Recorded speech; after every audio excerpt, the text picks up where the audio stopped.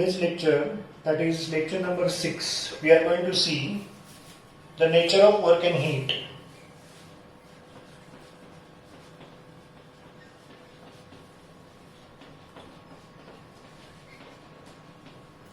Both are forms of energies only, work as well as heat. Both are forms of energies and they are interconvertible. That is what we are going to see. First thing first, let us see the definition for heat. It is the type of energy which gets transferred or which flows. In simple words, we can write flows. Let us make it simple. Which flows from higher temperature to lower temperature. Higher temperature to lower temperature. This is the basic definition of heat. Now, what is the definition of work? We know it is force into displacement, correct? But in chemical thermodynamics, we can have various definitions of work, out of which I am going to discuss two definitions. One is work is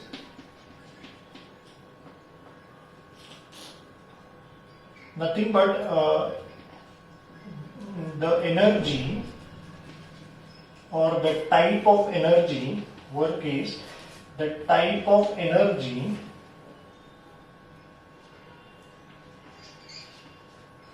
which can flow from the system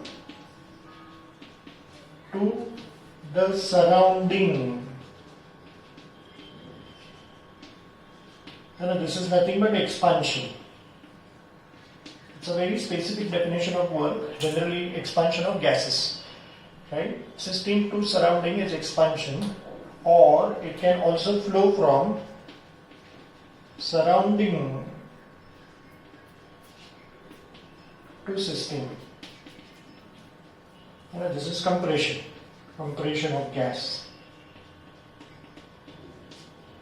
This is the definition which we are going to see. What I am talking about is a gaseous system, and if you can see, this is a cylinder which is fitted with a piston, inside which there is a gas. Now when this gas expands, it is going to push this piston and the piston will start moving upwards. This is a work done by the system on the surrounding. If this is a system, the external thing, everything is surrounding. So here we can say that the work is flowing from system to surrounding in case of expansion. Suppose if there is compression, so that is a work done by the surrounding on the system. That means we are saying that work is flowing from surrounding to system. So for expansion, it is system to surrounding, and this is expansion, and from surrounding to system, this is compression. And this is the work we are going to see here, or the work of expansion and compression by absorption of or evolution of heat. Even that can be work. You see here, solid getting converted into liquid. This is melting. Liquid getting converted into gas. This is vaporization. The change in physical state is nothing but expansion or compression. See here, heat is absorbed, correct? And solid undergoes melting. A common man would say solid is undergoing melting. But thermodynamics will say that solid is performing a work of expansion. Solid melt होता है मतलब क्या होता है? It is performing work of expansion. Again, liquid will absorb heat, will get converted into vapor phase, correct? But thermodynamics will say that this liquid, which is a system, is performing work of expansion. It is getting expanded, right? In the reverse direction, if the gas evolves heat, it will undergo cooling, and this process will be called as condensation, correct or not? But again, chemical thermodynamics will say that this gas, which is our system, is performing work of compression. It is undergoing compression. Again, liquid, when it gives out heat, gets converted into solid. So this is solidification for any common man. But again, thermodynamics will say that this liquid is performing work of compression. So work can also be defined as expansion or compression either by absorption of heat or evolution of heat. These are the definitions of work which we are interested as far as this chapter is concerned, that is chemical thermodynamics. So here, according to the first law of thermodynamics, one form of energy is getting converted into another form of energy. Like heat is getting absorbed and getting converted into work of expansion, or heat is getting evolved and getting converted into work of compression. This is a relation between work and heat. That is what you need to understand. Correct? So there are different types of work which we are supposed to learn in today's lecture. And we are going to combine, we are going to club a few processes which we have seen in the last few lectures, like adiabatic process, isothermal process. We have seen reversible process, irreversible process, correct? As well as 7 processes, cyclic process. So these processes, they have some effect on the work that the system performs. What kind of work is done, how much of work is done, depends on the process. The system is a part of which process. System कितना work करेगी, कम करेगी, ज्यादा करेगी, है ना, वो किसके पर डिपेंड करता है कि सिस्टम कौन से प्रोसेस का पार्ट है. इसके लिए मैं अलग अलग वर्क आपको देख रहा हूँ. नेचर ऑफ वर्क देखते हैं, उसमें हीट कैसे इन्वॉल्व है क्वांटिटेटिवली, राइट. सबसे पहले तो आपको ये मैं बता दूं, है ना, हमने लास्ट लेक्चर में ये डिस्कस किया था कि work done in cyclic process can never be zero. Correct ना, वहां से एक्चुअली शुरू हुआ वर्क के बारे में डिस्कशन, क्योंकि साइक्लिक प्रोसेस में इनिशियल स्टेट और फाइनल स्टेट सेम होता है. करेक्ट है ना, लेकिन वर्क कोई स्टेट फंक्शन नहीं है. वर्क सिर्फ इनिशियल स्टेट और फाइनल स्टेट नहीं देखता है, वर्क पाथ देखता है. Work is a path function, heat is a path function. So for cyclic process work and heat can never be zero. तो वर्क जीरो कब हो सकता है? हमने आइसोकोरिक प्रोसेस देखा, राइट. आइसोकोरिक प्रोसेस में क्या होता है? वॉल्यूम कांस्टेंट होता है, तो डेल्टा वी क्या हो जाएगा? जीरो होगा. डेल्टा वी जीरो हो गया तो W is equal to minus P delta V. ये जो फॉर्मूला है, ये फॉर्मूला कहां से आया? आज के लेक्चर में मैं प्रूव करूंगा. W is equal to minus P into delta V, जिसमें डेल्टा वी अगर हम लोग जीरो डालेंगे तो obviously work done will be zero. उसके अलावा work done in vacuum can be zero. Work done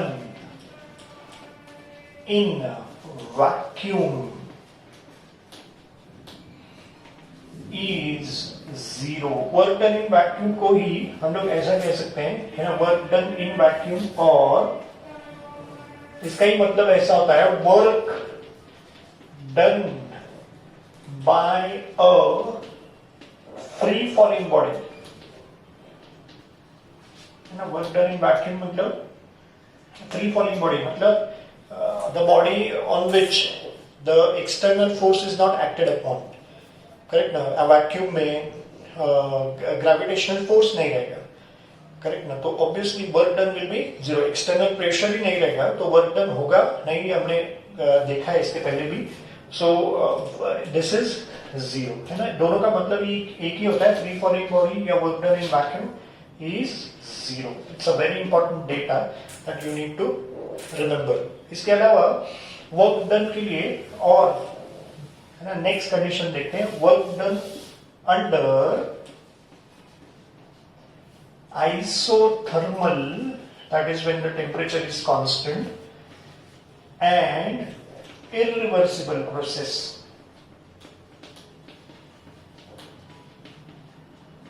Isothermal and irreversible process, है ना. ये जो हेडिंग है इसको ऐसा हम लोग कह सकते हैं. और pressure volume type of work, pressure volume type of work, pressure volume type of work. ऐसा नाम क्यों है इसको? इसका फॉर्मूला ऐसा है, W is equal to minus P external into delta V. Correct ना, इसके पहले के लेक्चर्स में ये फॉर्मूला मैं ऑलरेडी यूज कर चुका हूं. आज सिर्फ इसको प्रूव करने जा रहा हूं nature of work and heat में. सो इसको कैसे प्रूव करेंगे, है ना. इसके लिए हम लोग एक सिस्टम कंसिडर करते हैं. Let us assume that we have a cylinder here having a weightless and frictionless piston. This is containing n moles of an ideal gas. N moles of an ideal gas, which follows all the rules, correct or not? Yes, sir. So let n moles of ideal gas be enclosed in a cylinder of cross-sectional area. है ना, इसका area जो होगा, I hope you know what is cross sectional area, है ना. Cylindrical चीजें जो होती हैं उसको क्रॉस सेक्शनल एरिया होता है, करेक्ट ना. सिलिंडर को कहीं पे भी बीच में कट करेंगे तो भी आपको सर्कल ही मिलेगा. तो क्रॉस सेक्शनल एरिया हमने कुछ तो माना है, let's say A square centimetre, है ना, सेंटीमीटर स्क्वायर, है ना. मैं रिपीट कर रहा हूं, late n moles of an ideal gas be enclosed in a cylinder of cross sectional area a square centimeter. Let the cylinder be fitted with weightless and frictionless piston. So to assume, correct ना, it will be 100 भी, मतलब ऐसा 100% weightless या frictionless नहीं होगा, कम से कम weight और कम से कम friction हो, so that it can easily move, correct ना. तो ये आपका सिलेंडर है, ये पिस्टन लगा है ना, जैसे साइकिल के टायर में हवा भरने का पंप होता है, करेक्ट ना, वैसा वाला है. Let the gas be allowed to expand. Let the gas be allowed to expand from initial volume V1, ये ऐसे यहाँ पे, to final volume V2. मान लो ये यहाँ पे आया, मैं डॉटेड निकाल रहा हूँ, ये पिस्टन का final position, final volume V2, initial volume V1 to final volume V2, against the constant external pressure. Against हुआ कि नहीं, पिस्टन ऊपर जा रहा है और एक्सटर्नल प्रेशर डाउनवर्ड है, तो against the constant external pressure through a very small distance d. I'll repeat the statement. Let the gas be allowed to expand from initial volume V1 to final volume V2 against the constant external pressure through a very small distance d. Correct? Now we know, now the formula for work, it is force into displacement, force into displacement. वैसे तो हम लोग S लेते हैं, मैं D ले रहा हूँ, इसको मैं इक्वेशन 1 कह देता हूँ, करेक्ट है ना. तो what is the formula for pressure? But pressure is basically force upon unit area, correct है. So from this what is force? It is obviously pressure multiplied by the unit area. This is equation 2.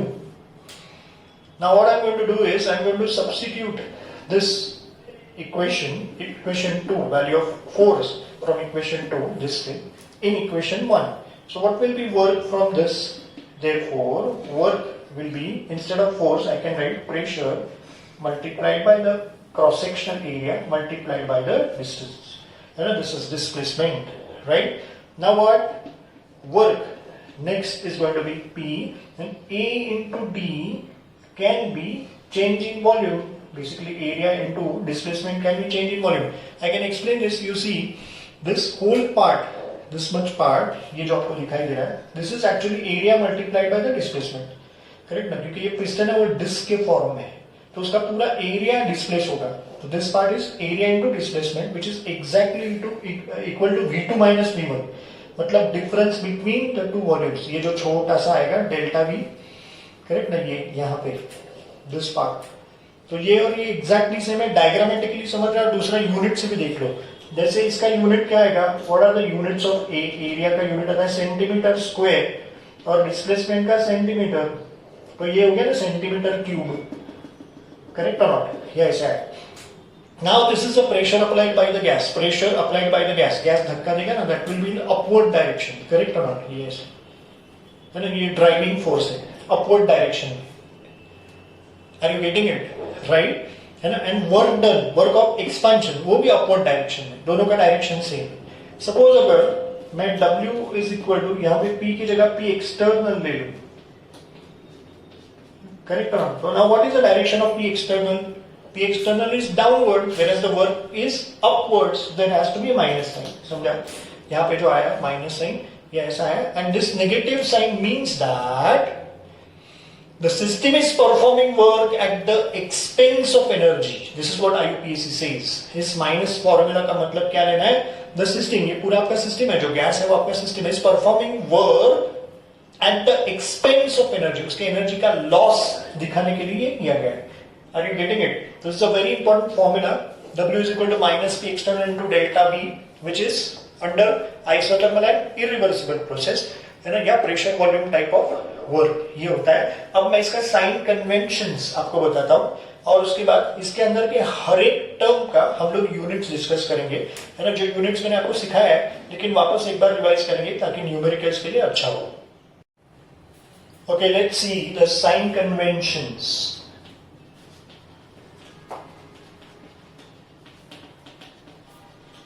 For work, remember, work of expansion. Work of expansion is negative. And secondly, the work of compression is always positive. These are the sign conventions of IUPAC. Now, what is a convention? Convention वो होता है जिसको पूछने का नहीं, ऐसा क्यों होता है, उसको यूज करने का होता है.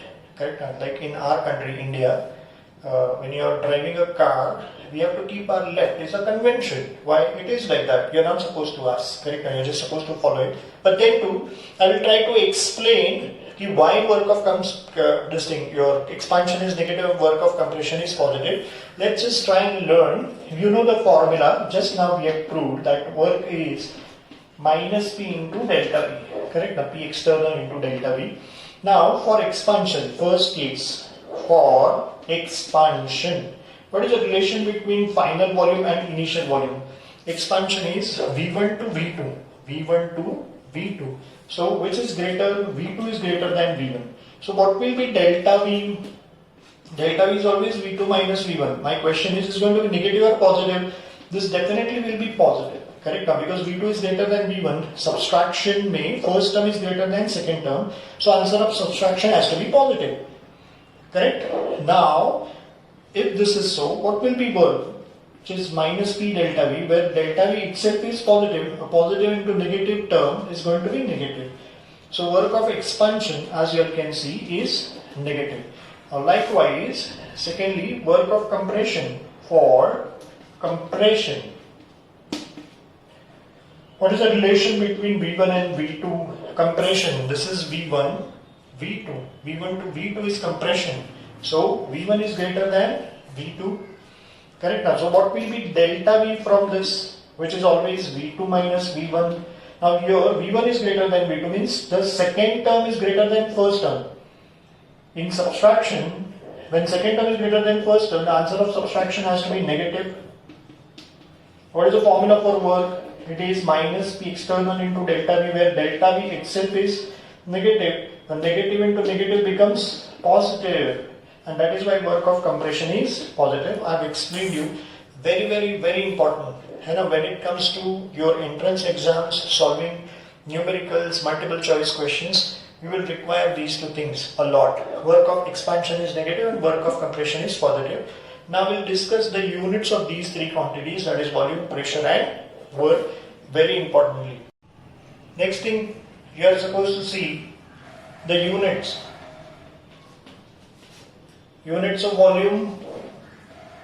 There are a lot of units, but you need to know that 1 liter is equal to 1 decimeter cube. Correct? This is a common unit in India. This is a SI unit, and this is equal to 10 raised to minus 3 meter cube, which is equal to 1000 10 raised to 3 centimeter cube.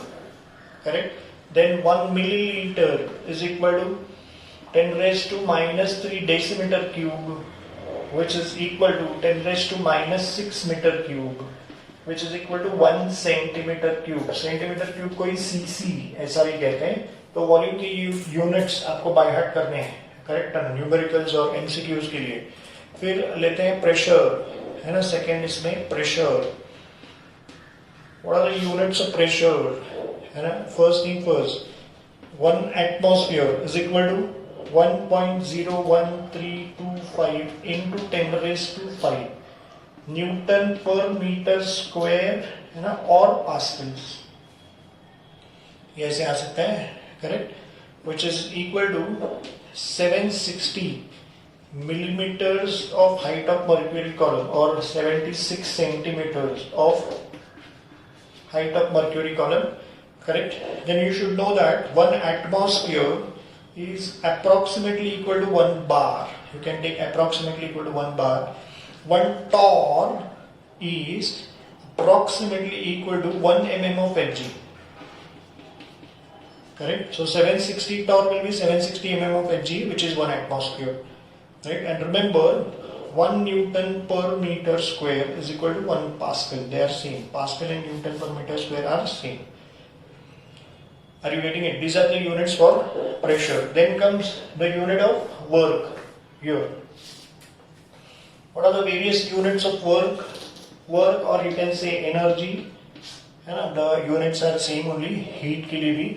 And you know that 1 liter atmosphere, ये सबसे बड़ा unit, is equal to 101.325 joules, which is equal to 24.22 calories.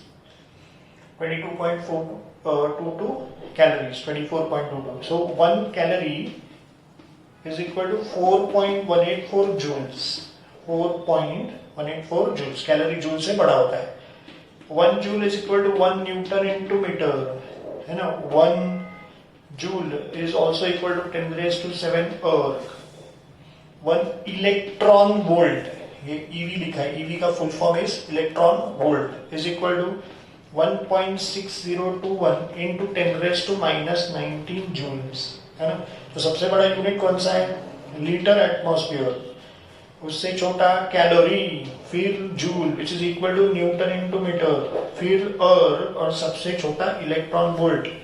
ऐसे questions भी आपको entrance exam में पूछते हैं. Options में सारे यूनिट्स देंगे या ऐसा सीक्वेंस देंगे उलट पुलट करके, ये सही सीक्वेंस है दैट यू शुड नो. सिर्फ यूनिट से रिलेटेड भी क्वेश्चंस आते हैं. हम लोग न्यूमेरिकल्स जब सॉल्व करेंगे आपको इसका इंपॉर्टेंस समझ में आएगा. At the end of the chapter, बीच में थर्मोकेमिस्ट्री शुरू करने से पहले, है ना, एंथैल्पी वगैरह सब हेजलॉक खत्म हो जाएगा, तो मैं कुछ न्यूमेरिकल्स और ये करूंगा, तब आपको इसका इंपॉर्टेंस समझ में आएगा. थर्मोडायनामिक्स के लिए sign conventions and units are very important. जैसे मान लो आपको डेटा में दिया है V1 is somewhere 1 metre cube and V2 is somewhere 11 metre cube, ऐसे, करेक्ट ना? एंड प्रेशर P एक्सटर्नल जो दिया है कांस्टेंट, है ना, that is given somewhere around 1.013 into 10 raised to 5 newton per metre square, correct ना? और आपको पूछा है वर्क कितना होगा, करेक्ट? इसमें आपको 4 ऑप्शन दिया है. पहला ऑप्शन पॉजिटिव है, दूसरा नेगेटिव है, तीसरा पॉजिटिव है और चौथा भी पॉजिटिव है. तो यही आपका आंसर है, क्योंकि एक्सपेंशन हो रहा है. And work of expansion is negative. ऐसा सपोज मान लो ये भी नेगेटिव है ना, और ये आपको दिया है जूल्स में, ये दिया है कैलोरीज में, करेक्ट ना? ये वापस कुछ इलेक्ट्रॉन वोल्ट में दिया और ये दिया है अर्ग में.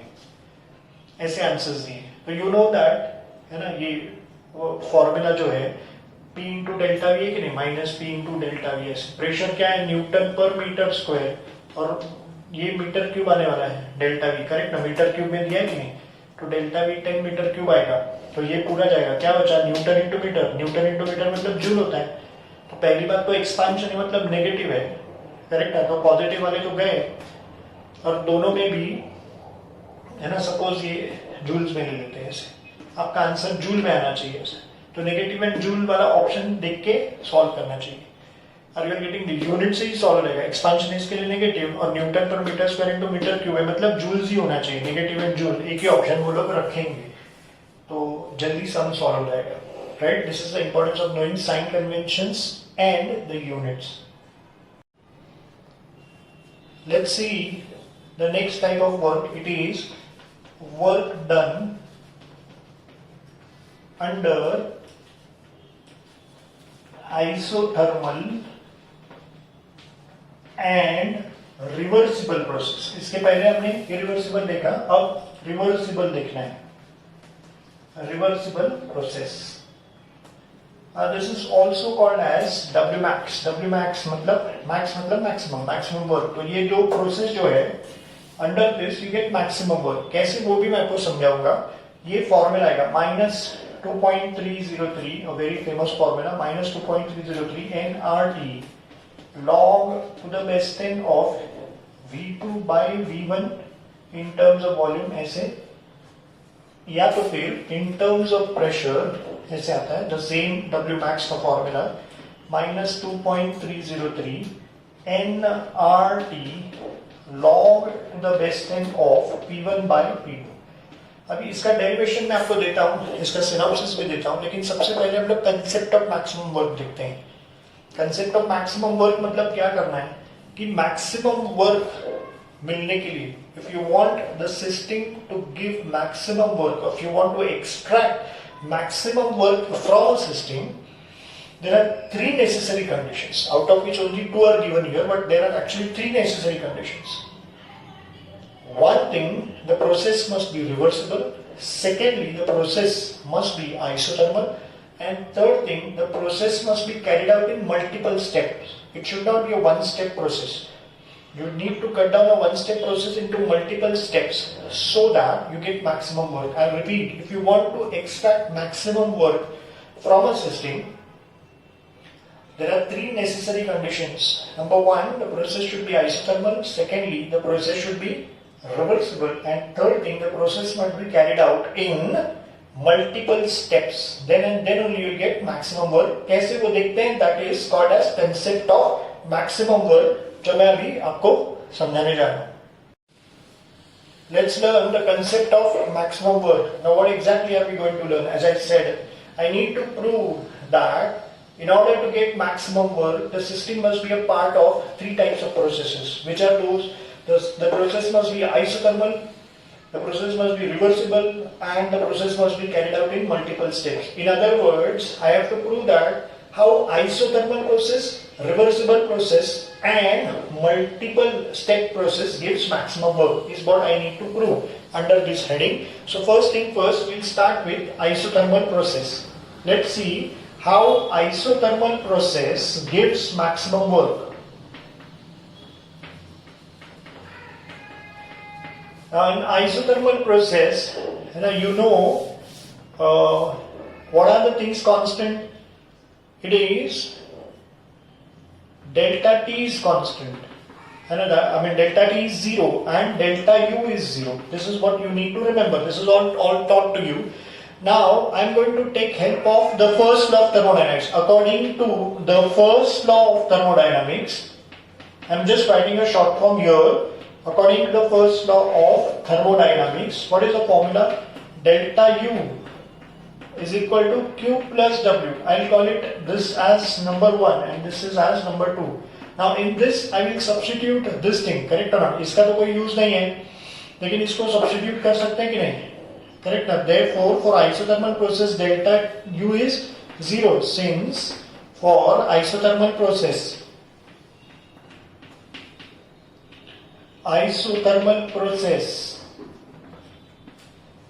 delta U is equal to 0. Delta U 0 होता है, तो delta U अगर 0 हो जाएगा, तो ये क्या हो जाएगा? This will change to what?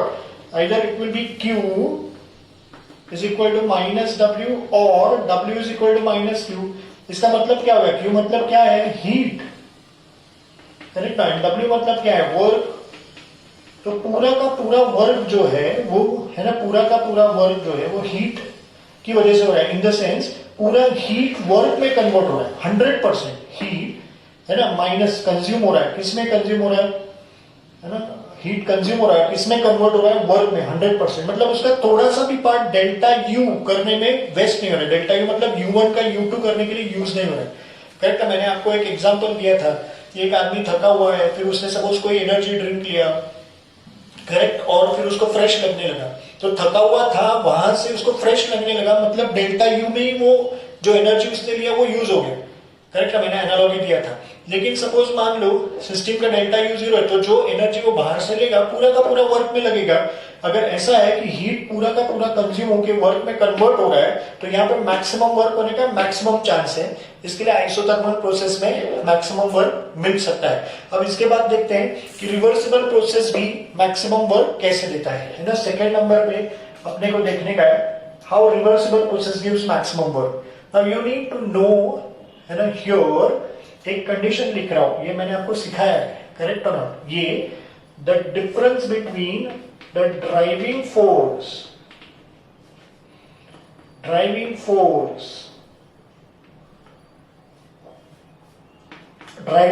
मतलब जिस फोर्स की वजह से वर्क होता है ना, डिफरेंस मतलब माइनस कर रहा हूं, एंड अपोजिंग फोर्स मतलब जो वर्क को रोकता है, इन दोनों के बीच में जो डिफरेंस है ना, if it is infinitesimally small you will get maximum work, है ना. इनफाइनाइटेसिमली स्मॉल मतलब very very very small. Difference between driving force and opposing force should be infinitesimally small.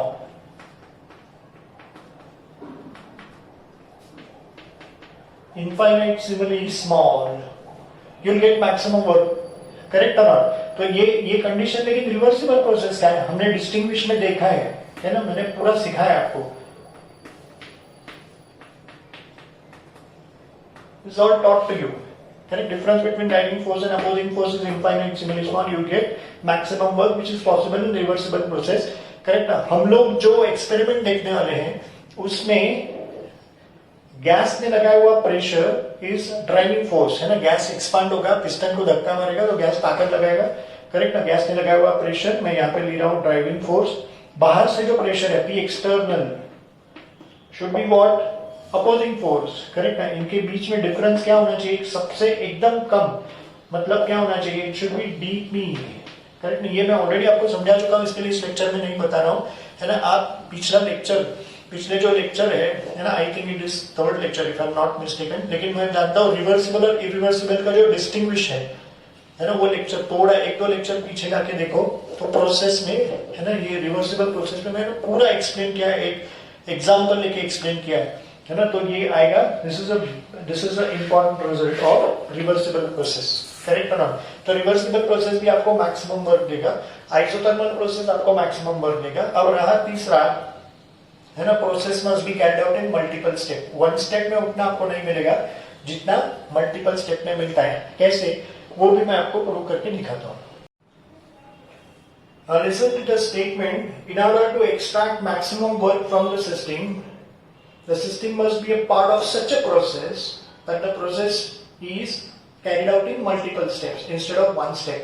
A one-step process will give less work. Multiple step process obviously will give more work. How is what I am supposed to explain. So first I give you an analogy, one or two analogies, and then I will actually try and prove this. Correct, now with the help of mathematics. Correct. I'll plot a graph, use linear programming method, and will prove it. So let's just see one or two analogies. Let's say in athletics there is one sport that is weightlifting. So how it is done, how the one who is supposed to lift the weights, जो athlete है वो कैसे करता है ना. एक rod होता है, उसको वेट्स लगते हैं, फिर धीरे धीरे वेट्स बढ़ते जाते हैं, लेकिन वो उठाता कैसे है, इसको वन स्टेप में उठाता नहीं है, स्ट्रेच नहीं करता है. कैसे करता है, थोड़ा पहले घुटनों के बल पे बैठ के उठाता है, फिर शोल्डर्स ले लेता है और फिर स्ट्रेच करता है. So step 1, step 2, step 3, 3 steps में किया तो मैक्सिमम स्ट्रेच होने का चांस है. ऐसा वन स्टेप में तो उठा नहीं सकता है. करेक्ट करो सर. मैं कॉमन मैन जो होगा वो उसी तरीके से, जिन्होंने देखा रहेगा उनको मालूम है. तो यहाँ से ये प्रूव होता है कि मल्टीपल स्टेप में मैक्सिमम वर्क हो सकता है. या और एक एग्जांपल देखते हैं. लेट्स से अपने पास एक कंटेनर है ना, जिसके अंदर एक पिस्टन लगा हुआ है और इसके अंदर गैस है. करेक्ट. तो ये जो ये है पिस्टन है वो लाइट वेट है, तो उसका ज्यादा वजन नहीं है, तो गैस के ऊपर ज्यादा प्रेशर नहीं है. लेकिन अभी इस पिस्टन के ऊपर सपोज, है ना, हमने ऐसा कर दिया कि वजन रख दिया. नहीं, सब्जी बेचने वालों के पास जो वजन होता है वैसे वजन होता है, वो वजन हमने रख दिया. तो जैसे वजन रखेंगे पिस्टन नीचे आएगा कि नहीं. अब पिस्टन नीचे आया तो बेचारे गैस के ऊपर प्रेशर बढ़ गया.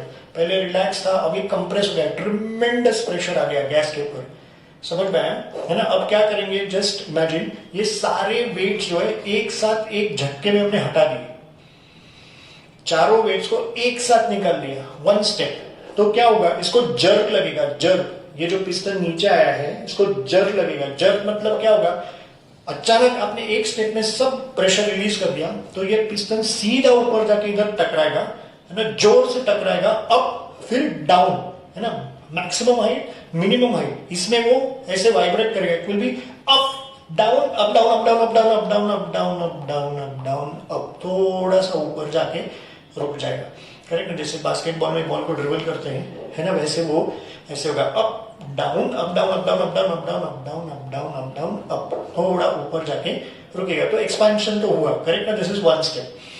अब इमेजिन करते हैं सेम थिंग, पहले पिस्टन इधर है, ज्यादा प्रेशर नहीं है, करेक्ट ना, फिर हमने वजन रख के उसके ऊपर प्रेशर बढ़ा दिया, है ना, पिस्टन नीचे अभी ट्रिमेंडस प्रेशर है, अब हम क्या करेंगे, मल्टीपल स्टेप्स में प्रेशर को रिलीज करते हैं, मतलब पहले एक वजन निकाला तो क्या होगा, अभी जर्क नहीं लगेगा, now what will happen is it will B push stop, है ना, थोड़ा ऊपर जाएगा रुकेगा, सपोज मान लो यहां पे रुके, करेक्ट ना, तो ये सपोज यहां पे रुका ऐसा, ये V इनिशियल वॉल्यूम है उसका V, तो ये V डैश हो गया, करेक्ट ना, थोड़ा सा बड़ा, फिर दूसरा वेट निकाला तो क्या होगा, जर्क नहीं लगेगा, अभी क्या होगा, पुश स्टॉप, थोड़ा ऊपर गया, ये गया V डबल डैश, और तीसरा निकाला, है ना, और चौथा निकाला, ऐसा करते करते हम लोग ऊपर जाएंगे, तो रुक के जब जा रहा है ना, ऐसा V2 तक आ सकता है यहाँ पे, तो you will get maximum expansion, correct ना, पहले केस में क्या गया, ऊपर टच तो किया लेकिन नीचे भी आया ना, उसमें फालतू में एनर्जी वेस्ट हो गया,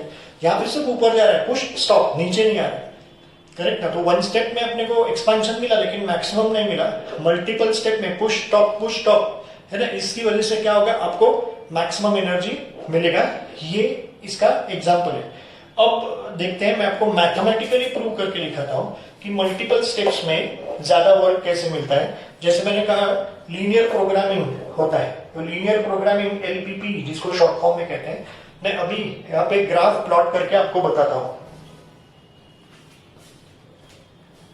So let's just see how multiple step process give maximum work। पहले वन स्टेप के लिए मैं ग्राफ निकाल रहा हूं।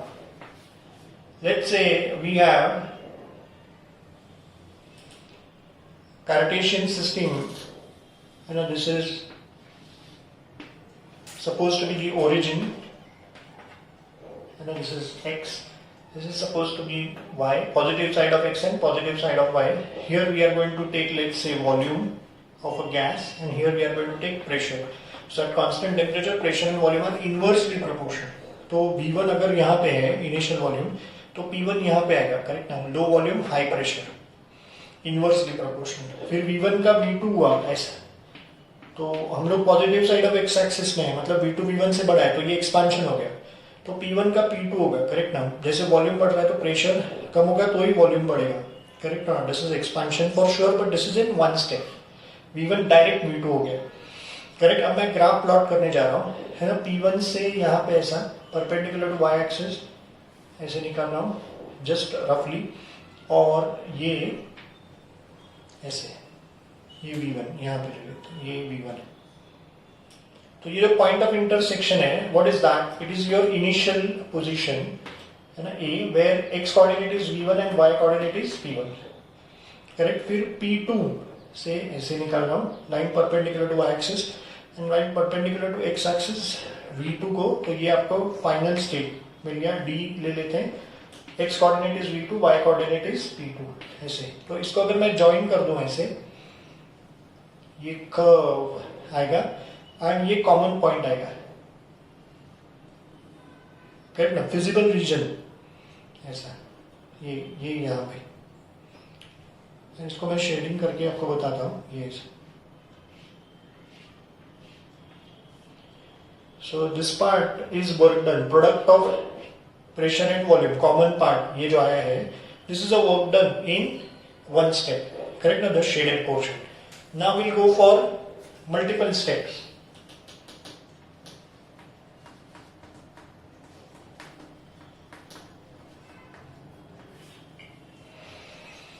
I'm trying to plot a graph here for multiple steps. Again, the same thing.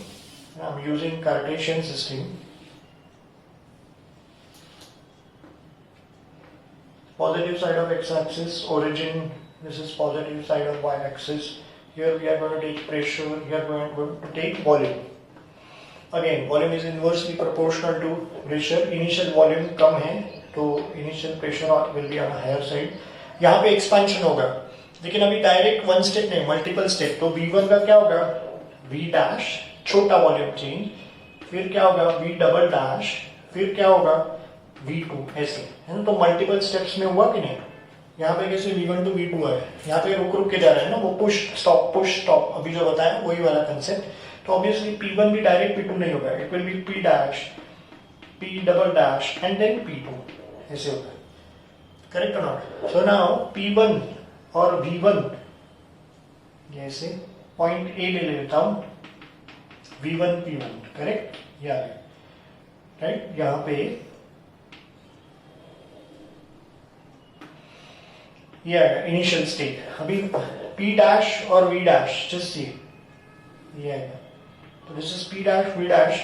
तो इसको ज्वाइन कर दो, एक छोटा कर्व हो जाएगा, लेट अस से पॉइंट B है ना, which is V dash P dash. X coordinate पहले लिखते हैं। तो ये जो है छोटा सा curve AB, this is a small work done, है ना। इसके लिए मैं D स्मॉल, इसके लिए D लिख रहा हूँ, DW1 ऐसे लिखता हूँ, स्मॉल वर्क डन। जो ये है ऐसा, ये शेडेड पोर्शन निकालने की कोशिश कर रहा हूँ। इस कर्व के नीचे ये छोटा, जैसे ये कर्व के नीचे फिजिबल रीजन है वैसे आया। यहाँ पे हम लोग रुके नहीं है, फिर पिस्टन जाएगा P डबल डैश को, और ये सब P double dash, I mean ये ऐसे P डबल डैश होगा तो V डबल डैश ऐसा। ये दूसरा कर्व आ गया, लेट अस से point C, V double dash P double dash ऐसे। तो इसका वर्क ये आएगा इसके नीचे फिजिबल रीजन, ये ऐसे। और फिर फाइनली है ना, ये P2 करस्पॉन्ड्स टू V2, ये हो गया point D, V2 P2, do you understand, point D final state आया, करेक्ट ना। तो इसका फिजिबल रीजन ये आता है नीचे, है ना, this is the feasible region ऐसे। तो ये पूरा वर्क डन है ना, जो मैं डार्क करने की कोशिश कर रहा हूं, ये वर्क डन है मल्टीपल स्टेप्स का। आप देख सकते हैं, कंपेयर करेंगे तो शेडेड रीजन यहाँ पे ज्यादा है, यहाँ पे कम है, फिजिबल रीजन यहाँ पे ज्यादा है। तो वर्क डन मल्टीपल स्टेप्स में ज्यादा होता है।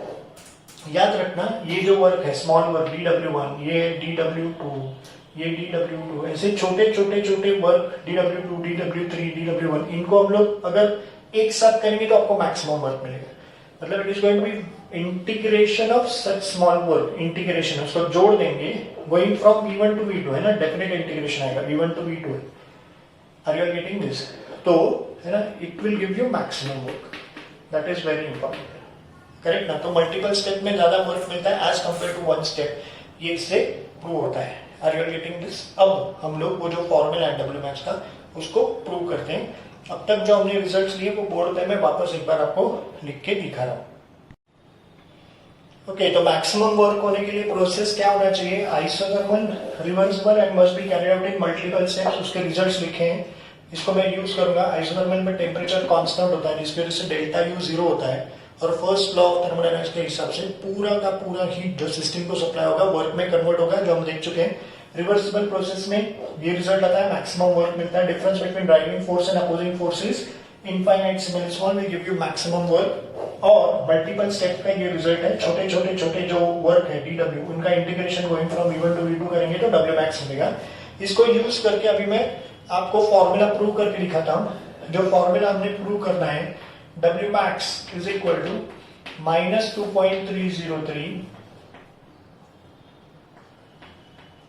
nRT log to the base 10 of V2 by V1, है ना। या तो इसकी जगह पे P1 by P2 आ सकता है, P1 by P2, जो मैं लेक्चर की शुरुआत में लिख चुका हूं। तो मुझे ये प्रूव करना है, करेक्ट ना, जिसके लिए मैं concept of maximum work use करता हूं। तो शुरुआत तो ऐसे होगा, है ना, W is equal to -P external into delta V।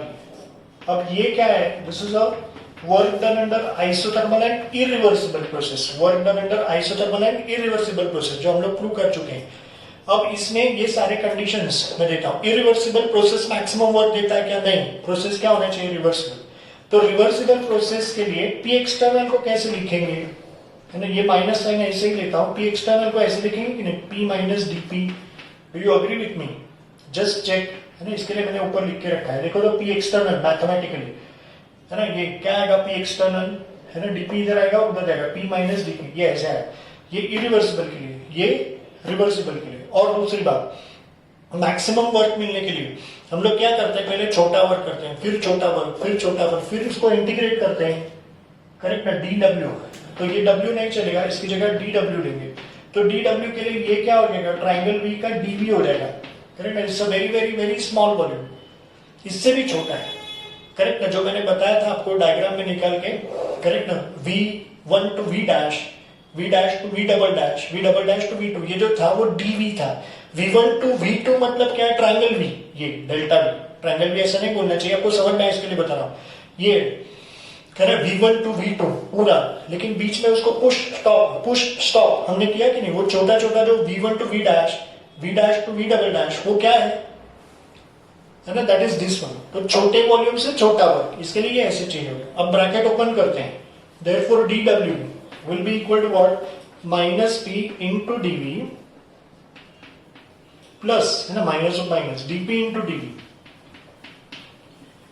correct now. Now DP and DV are both very very small, so their product will be further so small that this is neglected, ये neglect हो जाएगा, correct. अगर छोटा रहेगा तो ऐसा assume कर रहे हैं कि ये दोनों छोटे, वो छोटे ही आते, तभी तो D लिखा है, इनफाइनाइट सिमिलर स्मॉल। दो छोटे नंबर का प्रोडक्ट उनसे भी छोटा होता है, करेक्ट। मैं बता रहा हूँ जैसे 2 and 3 का मल्टीप्लीकेशन 6 आता है, 6 2 और 3 से बड़ा है, लेकिन इसको छोटा कर देते हैं 0.2 और इसको कर देते हैं 0.3, तो ये क्या आएगा 0.06, जो दोनों से भी छोटा है, जिसका प्रोडक्ट है उससे भी छोटा है ना। इसके लिए इसको क्या कर सकते हैं हम लोग, नेग्लेक्ट करेंगे। तो then what you are left with is DW is equal to minus P into DV, correct or not?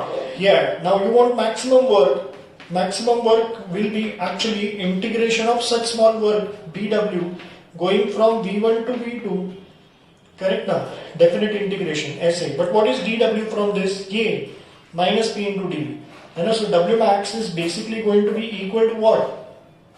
It's going to be equal to V1 to V2, integration going from V1 to V2 of minus P into DV, minus P into DV। ये कहाँ से है समझता है, ये use किया, right. ये result हमने ऑलरेडी अचीव किया है, ये ऐसे है। नाउ इसका this is integration of P with respect to V, integration of P with respect to V। तो कैसे करेंगे ना, P आइदर वो तो कांस्टेंट होगा, या I will have to express P in terms of V in such a way that कि integration होगा। So how do we do that, we'll be using ideal gas equation. What is ideal gas equation? It is PV is equal to nRT, correct now, PV is equal to nRT. So from this what is P, it is nRT upon V, correct now. This is called as expressing V in terms of expressing P in terms of V. This is according to ideal gas equation, correct now. जो diagram हमने किया था उसमें ideal gas इसके लिए लिया था, this is ideal gas equation, correct. सिर्फ इन टर्म्स ऑफ P लिखा है मैंने, ऐसा nRT। तो ये P का जो वैल्यू है उसको इधर सब्स्टिट्यूट कर दे, तो what will be W max from this, W max is going to be equal to integration going from V1 to V2 of instead of P, what I can write is minus nRT upon V with respect to V, correct ना, yes, minus nRT upon V with respect to V, वो हो गया। Now again with respect to V, mathematically nRT all are constants, है ना, only V will be integrated, so these are to be removed outside the integration sign, correct now this is max ऐसे, है ना, you should know this, minus nRT integration sign के बाहर आ गया, going from V1 to V2 of 1 upon VD, correct ना। लेकिन practically experimentally भी ये तीन कांस्टेंट है ना। n मतलब number of moles, gas expand हो रहा है, ठीक है, गैस एक्सपांड हो रहा है, लेकिन बाहर से कोई नया गैस आया नहीं है, अंदर का गैस बाहर नहीं जा रहा है, मतलब नंबर ऑफ मोल्स कांस्टेंट है। R तो यूनिवर्सल गैस कांस्टेंट है ही, करेक्ट और नॉट, और T कांस्टेंट है, क्यों, प्रोसेस आइसोथर्मल है। देखो तो कंसेप्ट ऑफ मैक्सिमम वर्क को हम लोग यूज कर रहे हैं, आप समझ रहे मेरी बात, ये T कांस्टेंट है, क्यों, प्रोसेस का आइसोथर्मल होना जरूरी है। तो तीन प्रोसेस को किधर यूज किया समझा, ये जो यूज किया मैंने P एक्सटर्नल को P माइनस DP यूज किया, यहाँ पे मैंने रिवर्सिबल प्रोसेस का रिजल्ट यूज किया। ये जो मैंने लिया है ये मल्टीपल स्टेप का लिया है, और यहाँ पे टेम्परेचर कांस्टेंट करके बाहर लिया है, दैट इज आइसोथर्मल प्रोसेस को यूज किया है, कंसेप्ट ऑफ मैक्सिमम वर्क को यूज कर रहा हूँ, करेक्ट। तो अभी इसका इंटीग्रेशन तो आप जानते हैं, करेक्ट और नॉट, है ना। What should be the answer of the integration here, W max should be equal to what, W max should be equal to what, minus nRT, and this is going to be log V to the base E going from V1 to V2 ऐसे, correct. Now this is upper limit minus lower limit. तो ये next step, what should be the next step? W max therefore should be equal to minus nRT, and it is minus nRT log to the base 10 log to the base e आएगा, natural log है ना, of what? V2 minus V1 straight away लिखता हूं. Correct ना. Actually upper limit minus lower limit मतलब log V2 minus log V1 होना चाहिए. Correct ना. लेकिन log A minus log B मतलब log of A by B होता है, तो ये स्ट्रेट अवे आएगा ऐसे. करेक्ट ना. अब मैं इधर एक कन्वर्जन फैक्टर डाल रहा हूं, तो ये टू द बेस e का टू द बेस 10 हो जाएगा. Therefore W max is going to be equal to minus 2.303. ये नंबर डाल दिया nRT, तो ये log टू द बेस 10 हो जाएगा. समझा? ये फर्क है. कन्वर्जन फैक्टर है, नेचुरल लॉग को कॉमन लॉग में कन्वर्ट करने के लिए यूज किया है. Hence it is proved W max is minus 2.303 nRT log to the base 10 of V2 by V1. Can you see? It is proved, है ना. वेरी इंपॉर्टेंटली, है ना. अभी मैं दूसरा बॉयल्स लॉ यूज करता हूं. According to Boyle's law, what is Boyle's law? At constant temperature, ये जरूरी है ना. प्रोसेस ये आइसोथर्मल है कि नहीं, तो टेम्परेचर कांस्टेंट है. Temperature when it is constant, है ना, P1 V1 is equal to P2 V2 आएगा कि नहीं? ये ऐसे. This is Boyle's law. लेकिन इसके लिए टेम्परेचर का कांस्टेंट होना जरूरी है. That is what you need to realise. ये ऐसे होना चाहिए. करेक्ट. और इसके हिसाब से, है ना, अगर मैं V2 by V1 ले लेता हूं, V2 by V1 will be P1 by P2. Correct? Now P1 by P2. You can see V2 by V1 will be P1 by P2. So I can substitute here. तो यहाँ पे क्या आएगा? W max will be minus 2.03 nRT log to the base 10 of V1 by ये P1 by P2. V2 by V1 की जगह पे P1 by P2 आएगा. Hence the derivation is done. है ना? I hope you have understood. अब मैं आपको इसका साइन कन्वेंशन देता हूँ और इसके अलावा कुछ सिनॉप्सिस आपको W max से रिलेटेड दे रहा हूँ. Okay, let's just see the synopsis as far as W max is concerned. है ना, मैं synopsis बता रहा हूँ. W max is minus 2.303 nRT log to the base 10 of V2 by V1 और P1 by P2 के लिए सबसे पहली बात, ये फॉर्मूला कब यूज करने का? It is to be used only when the processes are isothermal and reversible. Correct ना. आइसोथर्मल होना चाहिए, एट कांस्टेंट टेम्परेचर रिवर्सिबल चलेगा, है ना. इरिवर्सिबल के लिए नहीं चलेगा. तो ये दो वर्ड्स क्वेश्चन में होंगे. या तो वो बोलेंगे कि कैलकुलेट मैक्सिमम वर्क, तभी चलेगा. फिर units of P1 and P2 and P1 and P2 मतलब और जो भी डेटा रहेगा वो सेम होना चाहिए, तभी वो कैंसिल होगा. करेक्ट है ना. ये BM क्यूब ये CM क्यूब नहीं चलेगा. दोनों का यूनिट सेम होगा तो कैंसिल होगा. Then only this will be unitless. Correct है ना. दिस थिंग और this thing. Correct. Ratio cancel हो जाएगा. Units of W max and R must be always same. होगा ही. करेक्ट. हम लोग चेक करते हैं. देखो तो W max is minus 2.303. इसको तो यूनिट्स नहीं है. N मतलब मोल. सपोज R आपको दिया गया जूल्स पर केल्विन पर मोल में. करेक्ट ना. And temperature is in kelvin. ये तो यूनिटलेस है. तो देखो केल्विन गया, मोल गया, क्या है? जूल्स. तो R अगर जूल्स पर केल्विन पर मोल में तो W max जूल्स आएगा. R लीटर एटमॉस्फेयर पर केल्विन पर मोल तो W max लीटर एटमॉस्फेयर आएगा. R कैलोरीज पर केल्विन पर मोल तो W max कैलोरी में आएगा.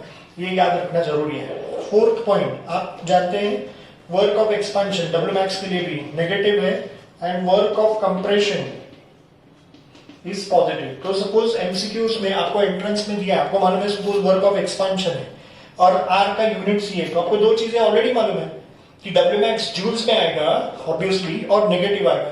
करेक्ट है ना. इसको यूज कर सकते हैं. और कैलकुलेशन को इजी करने के लिए बता रहा हूँ.